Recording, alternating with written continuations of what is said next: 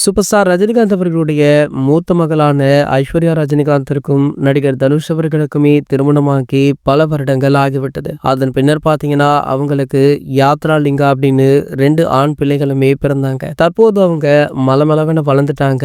யாத்ரா தற்போது சினிமாவில் என்ட்ரியுமே கொடுக்க இருக்காரு. அதற்காக தற்போது நடிப்பு, நடனம் அப்படின்னு அவர் ஒரு பக்கம் பிஸியாக இருக்காரு. அநேகமாக இந்த ஆண்டு இவருடைய முதல் படம் ஆரம்பமாகிவிடும் அப்படின்றது போல தெரியுது. ஆனால் லிங்கா அவர்கள் தற்போதுதான் அவருடைய பள்ளி படிப்பையே முடிக்க இருக்காரா. இந்த நிலையில பாத்தீங்கன்னா ஒரு சில ஆண்டுகளுக்கு முன்பாக தனுஷ் அவர்களும் ஐஸ்வர்யா அவர்களுமே விவாகரத்தை அதிகாரப்பூர்வமாக அறிவிச்சாங்க. ஆனா இவங்களுடைய விவாகரத்திற்கு காரணம் என்ன அப்படின்ற தகவல் இன்னுமுமே மர்மமாக பார்க்கப்படுது. அவங்களுமே அந்த விவாகரத்து நோட்டீஸ்ல எதையுமே மென்ஷன் பண்ணல. இந்த நிலையில கடந்த 1 வருடங்களுக்கு முன்புதான் இவங்களுக்கு அதிகாரப்பூர்வமாக நீதிமன்றம் விவாகரத்தை அறிவிச்சாங்க. இதனடுத்து தற்போது இருவருமே பேசிக்கொண்டுதான் இருக்காங்க அப்படின்ற செய்தி முன்பெல்லாம் வெளியாச்சு. இந்த நிலையில சமீபத்துல நடிகர் தனுஷ் அவர்கள் மிருனால் தாக்கூரை டேட் பண்றார் அப்படின்னும் வர பிப்ரவரி மாதம் தான் இவங்களுடைய திருமணம் நடைபெற உள்ளதாகவுமே சொல்லப்பட்டது. இதனை அறிந்த ஐஸ்வர்யா மற்றும் யாத்ரா லிங்கா ஆகிய மூவருமே பாத்தீங்கன்னா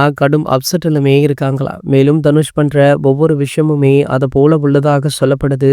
யாத்ராவாவது தனுஷ் அவர்களிடம் கொஞ்சம் நெருக்கமாக இருக்கக்கூடியவர். ஆனால் லிங்கா அவர்கள் தனுஷ் அவர்களிடம் அதிகமாக பேசுறதே கிடையாது அப்படின்ற செய்தி சோஷியல் மீடியாக்கள் வெளியாகி படு வைரலுமே ஆகிட்டு இருக்கு. இது போன்ற செய்திகளை பத்தி நீங்க உடனே தெரிஞ்சுக்க நம்மளுடைய சேனலை மறக்காம சப்ஸ்கிரைப் பண்ணிக்கோங்க.